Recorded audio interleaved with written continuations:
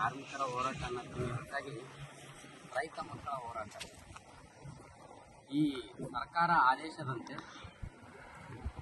ಹೊರ ರಾಜ್ಯದ ಕಂಪನಿಗಳಾಗಿರ್ಬೋದು ಅಥವಾ ಕಂಪನಿಗಳಾಗಿರ್ಬೋದು, ಏನು ಇಂಥ ಒಂದು ಸೋಲಾರ್ಗಳನ್ನಾಗಿರ್ಬೋದು ಅಥವಾ ವಿಂಡೋ ಟರ್ಬೈನ್ಗಳಂತಹ ಕಂಪ್ನಿಗಳು ಏನು ಲಗ್ಗೆ ಇಡ್ತಾ ಇದ್ದಾವೆ ನಮ್ಮ ಒಂದು ಜಿಲ್ಲೆಗೆ, ಇವರು ಏನು ರೈತರಿಗೆ ಭರವಸೆ ಕೊಟ್ಟು ನೀವು ನಿಮ್ಮ ಭೂಮಿಯನ್ನು ಕೊಡ್ರಿ, ನಾವು ನಿಮಗೆ ಭೂಮಿಯ ಮೌಲ್ಯ ಕೊಡೋದ್ರ ಜೊತೆಗೆ ನಿಮ್ಮ ಕುಟುಂಬದ ಒಬ್ಬ ಸದಸ್ಯರಿಗೆ ಕೆಲಸವನ್ನು ಕೊಡ್ತು ಅಂತ ಹೇಳಿರ್ತಾರೆ. ಅದಕ್ಕೆ ಸರ್ಕಾರ ಕೂಡ ಕಡ್ಡಾಯವಾಗಿ ಕೆಲಸ ಕೊಡಲೇಬೇಕು ಅಂತಂದೇಳಿ ಸರ್ಕಾರ ಕೂಡ ಆದೇಶ ಹೊರಡಿಸಿರ್ತೈತಿ. ಆ ಒಂದು ಆದೇಶವನ್ನು ಈ ಒಂದು ಸೋಲಾರ್ ಕಂಪ್ನಿ ಏನಿದೆ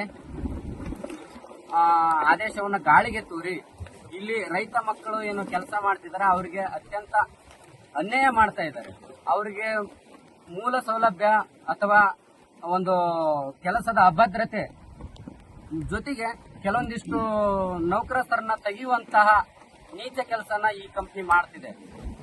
ಆದಷ್ಟು ಬೇಗ ಸರ್ಕಾರ ಎಚ್ಚೆತ್ತುಕೊಂಡು ಈ ಒಂದು ಸ್ಥಳೀಯ ಉದ್ಯೋಗಸ್ಥರಿಗೆ ನೌಕರಸ್ಥರಿಗೆ ಪ್ರಾಮುಖ್ಯತೆ ಕೊಟ್ಟು ಮತ್ತು ಜೊತೆಗೆ ಇಲ್ಲೇನು ಹೊರ ರಾಜ್ಯದ ವ್ಯಕ್ತಿಗಳು ಏನು ಕೆಲಸ ಮಾಡ್ತಿದ್ದಾರೆ ಆದಷ್ಟು ಬೇಗ ಅವ್ರನ್ನ ತೆಗೆದಾಕಿ ಲೋಕಲ್ನವ್ರಿಗೆ ಹೆಚ್ಚಿನ ಪ್ರಾಮುಖ್ಯತೆ ಕೊಟ್ಟು ಜೊತೆಗೆ ಈಗೇನು ಟೆಕ್ನಿಕಲ್ ಡಿಪಾರ್ಟ್ಮೆಂಟ್ ಅಂತಂದೇಳಿ ಅತ್ಯಂತ ಮುಖ್ಯವಾಗಿರ್ತಕ್ಕಂಥ ಒಂದು ಸ್ಥಾನಗಳನ್ನ ಹೊರ ರಾಜ್ಯದವ್ರಿಗೆ ಕೊಟ್ಟು ಇಲ್ಲಿ ನಮ್ಮ ಲೋಕಲ್ನವರಿಗೆ ಕಸ ಬಳಿಯುವಂತ ಅಥವಾ ಕಾಯುವಂತ ಕೆಲಸವನ್ನು ನಮಗೆ ಕೊಡ್ತಿದ್ದಾರೆ.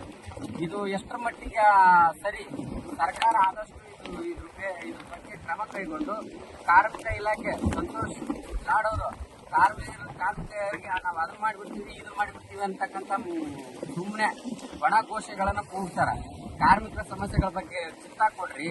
ಕಾರ್ಮಿಕರ ಒಂದು ಅವರ ಒಂದು ಮೂಲ ಸೌಲಭ್ಯಗಳ ಜೊತೆಗೆ ಅವರ ಒಂದು ಕೆಲಸದ ಅಭದ್ರತೆಯ ಏನ್ ಕಾಡಕತೈತಿ ಅದನ್ನ ಮೂಲವಾಗಿ ಗಮನಿಸಿ ಅವರಿಗೆ ನ್ಯಾಯವನ್ನು ಒದಗಿಸಬೇಕಂತ ಈ ಮೂಲಕ ತಮ್ಗೆ ಆಗ್ರಹ ಮಾಡ್ತೀವಿ. ಜೊತೆಗೆ ಈ ಒಂದು ರೈತ ಕುಟುಂಬಗಳಿಗೆ ಸಂಬಂಧಿಸಿದಂತೆ ಮುಂಚಿತವಾಗಿ ಏನು ಭರವಸೆಗಳನ್ನು ಕೊಟ್ಟಿರ್ತಾರ ಕೊನೆವರೆಗೂ ಕೂಡ ಈ ಕಂಪ್ನಿ ಇಲ್ಲಿ ಇರುವವರೆಗೂ ಅದೇ ಮೂಲ ಒಂದು ಮಾತುಗಳನ್ನ ಕಾಪಾಡಿಕೊಳ್ಬೇಕಂತ ಕಂಪ್ನಿಯವರಿಗೂ ಕೂಡ ಈ ಮೂಲಕ ಎಚ್ಚರಿಕೆ ಕೊಡ್ತಾ ಇದೀವಿ ನಾವು.